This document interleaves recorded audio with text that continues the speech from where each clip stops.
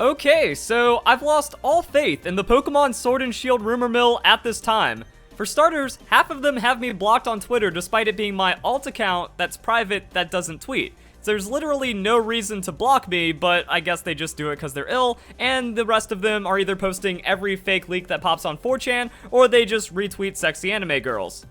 It started off as kind of like a fun idea, like, oh, these guys have insider information, because they all, like, correlated the Pokemon Sword and Shield name, but it looks like it was some kind of guess, and now it's just shenanigans at this point. But what I want to talk about was this post right here, because it seems like just anything that pops up, people immediately just try to think is real, when it's obviously blatantly fake. Like, these designs, we would just not see from Pokemon ever. That also kind of gets me in trouble when it comes to me covering this kind of concept art or fake Pokemon leaks, because naturally I'm going to be negative towards it in the context of it being fake Pokemon stuff. Now, the original artist has nothing to do with this. He didn't create it to try to fool anyone and then post it on 4chan. Someone else saw it before anyone else is trying to use that as like information, and then other people get carried away with it. But it's also hard because, like, I can recognize this as really good art, better than anything I can draw, made by a talented person, but when it comes to representing a fake mon, I find it bad. Like, I can't imagine any Pokemon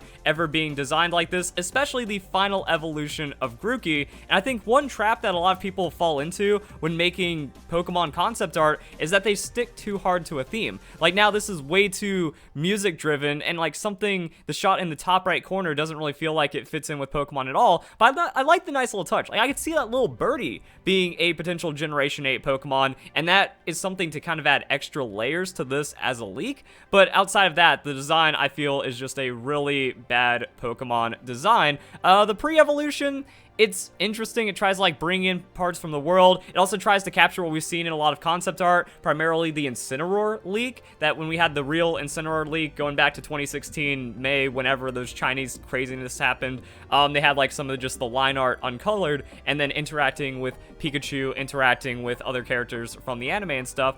This design's a little better, but again, just kind of going, oh, that stick is going to become a flute, and then kind of get carried away from there. So that's another thing. Also, trying to pick this up as a leak in its entirety, like that doesn't give me any vote of confidence towards the people on the supposed rumor mill and the leak squad and having information or like understanding what's going on, because we're not going to see a batch of just like a full evolutionary line. Like, we're either going to get the second stage leak or we're going to get the first stage leak, and that's it. And not both of them, and like try to pick it out. So, you know, giving this credit, I do not know where this has come from, but now I have the need to Grookey is so, and then just kind of looking at this, you know, what is that? So maybe like this being a multi-level leak or something, but then turns out to be fake, and it turns out the guy has actually like works on making Pokemon concept art of existing Pokemon, much to this guy's disdain. So it's actually like really cool. So we have this right here, Nightlight 9.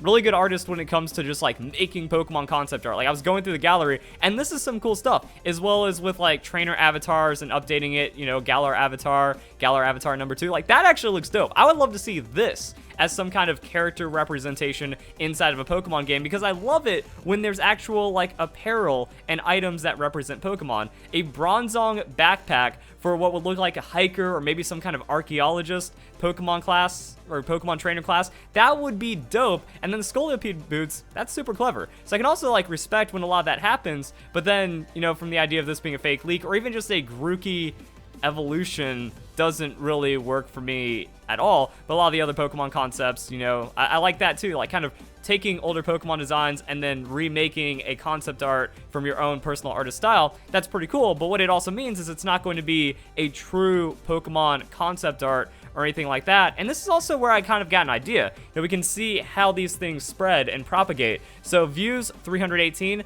not a lot of views. And, you know, for a while, if you go back to this guy's DeviantArt gallery, hasn't had a lot of views. You know, 50 watchers, 25 watchers, updated 100 watchers. So finally hit 100 watchers April 5th. So yeah, not a little over a week ago, and is now starting to climb. So I mean, hey, if you guys think this guy has some cool art, go follow them on DeviantArt, get them to watch, pump their art and stuff like that. But overall, that's something that you kind of have to pay attention to. That's why I want to scroll down more, you know, featured in the groups. So Fakemon United. I think that's another thing, like if you're trying to be a part of some kind of like information about Pokemon Sword and Shield, maybe you should also follow all the Fakemon threads and all stuff like that to at least keep an eye on what's going on. Maybe someone followed this, they went, hey, that actually looks like a good fake, and then they decided to go and post that onto 4chan, but they probably end up in groups like this first. You know, on DeviantArt, on Tumblr, on some kind of other art sites and stuff. Maybe it is like a low following group or something like that, but that's how these things end up getting picked up. Some of them are better than others. Some are more just like, yeah, this is just my idea, my concept. Others, they kind of look like they're trying to imitate a real Pokemon design.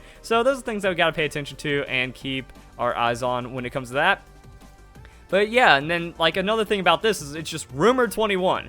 So instead of giving us just the direct, most plausible information about Pokemon Sword and Shield based off of the rumors and hints that they have and the information they're breaking down between their group, it feels like everyone's just kind of gone rogue and they do whatever and they flood timelines with just non-Pokemon related stuff, and that leads to some really weird stuff. So I mean, we're at rumor 21 of the dozens of rumors that have been making it onto 4chan and all the fake leaks and stuff. So this doesn't really seem like it has any extra credibility. Just because the guy's drawing it doesn't really add anything to me, because a bored artist could just be like, yeah, I'll doodle a Fakemon every day and get these kids all hyped up. So I feel like there's too much inexperience and too many non-Pokemon related posts and anything that just like isn't related to it. Like when it first came out, it's like, yo, this seems cool. I got the you know, a little bit of approval from PokeSirena that she tweeted out the tweet talking about these are the people to follow when it comes to the information. They got something right. Might have been like interesting to follow as we get into Pokemon Sword and Shield announcements, but now after a month and a half, they've got nothing. So like, I would expect if there was something legitimate about this, there should be a little bit extra. Something about, hey guys, don't expect anything through March or April for a Pokemon Sword and Shield trailer. It's going to be May at the earliest, and I don't even know what's going to be then. So, I mean, like, something of extra credibility would have been a lot better to see, but at this point, it's just kind of like nonsense on top of nonsense, I feel. And another thing I want to point out is, just in general, when it comes to breaking down fake concept art, the concept art that the Pokemon Company has given us officially, even for their book, even the official published stuff, seems to be printed out and then rescanned because we have the rosette patterns. So anything that's really smooth, really flat, that just kind of seems like pure digital art, that's going to be fake right off the bat right there. So that's something that we really have to pay attention to. And I found it interesting. This is kind of the art style that we see for all of the Pokemon Sun and Moon concept art, despite being made by different artists and having different designers. There's some kind of unity. So there's a Gamefreak secret sauce that the fake artists haven't really caught on to as much, and every once in a while there is like a little bit of a question mark going around it, but overall they can't seem to replicate what we've seen from Pokemon exactly, and then that ends up being fake. But even like zoomed out, it seems a little noisy. It seems like there's some kind of fuzz going on. Then as you zoom in, you can see there's a special printing pattern. So that just kind of makes it that way. And even comparing it to the original ones that we had, like this was just such a low quality jank mess. You know, did someone intentionally edit this to make it look like it was a really hard to get low quality scan that leaked out of Gamefreak at some point, or maybe from a translator? And that's how it got passed around and eventually made it so that could add credibility if it was fake? Or is that just kind of like the result of Game Freak's process making it really hard to replicate in this kind of way and distribute? And then even some of the accounts that don't tweet as often, you know, this is just Pokemon Sword and Shield leaks Pokemon, leak things sometimes, I don't know, joined February 2019, so just kind of like this account that's supposed to be about the leaks doesn't really seem to have much to go on, which is like kind of one of those things I'd expect. It's like, yeah, if there was an account that tweeted just rarely or like, hey, I've got nothing, maybe there's something coming up, you know, that'd kind of keep people in. But, you know, I find it really strange when we then get posts like this. Could this be the regional bird of Galar? What are your opinions? Like, no, that doesn't really look anything. Hashtag leaks. But he also did the hashtag leaks while crediting the fan art on DeviantArt. So, I mean, like, this is the kind of things, you know, oh, the leaked soundtrack, right? So there's also that's going around. I don't really believe anything of any of it that's going on. Then just all the other ones, just like non-related posts of animals. And fortunately this isn't like the super sexy anime chick one, but overall just disappointed, you know? Just kind of like going through like Pokemon Go's going on, but yeah, like I just want more information, guys. I think that's what we all have been waiting for. So no fun and games. no shenanigans, no like crazy Pokemon Sun and Moon style level leak where everything's going to make sense in a bit, like the Chinese, like those Chinese leaks came out early and then the pieces started getting filled in. We don't have any of that going on, so things are a bit unfortunate. So there we go, guys. Hope you all enjoyed the video. Tell me what did you think in the comments down below. How do you feel about just everything in general? I think that we've seen the most leak fatigue ever when it comes to Pokemon Sword and Shield, because like suddenly we went from no leaks and no understanding of the game to the day after the Pokemon Sun and Moon or Sword and Shield reveal, everything about and all these leaks and all these things, instead of anything that could have been used beforehand to maybe translate into real information that could be happening soon or now about Pokemon Sword and Shield. So it's really dumb. The culture is being exploited and abused. Now people are just burned out about everything when it comes to Pokemon Sword and Shield, since 90% of it's nonsense and the other 10% is just official information that's very far apart at this point. So it sucks, but hopefully things will pick up soon. Guys, enjoy the video. Hope you all have a nice day. Thank you very much for watching.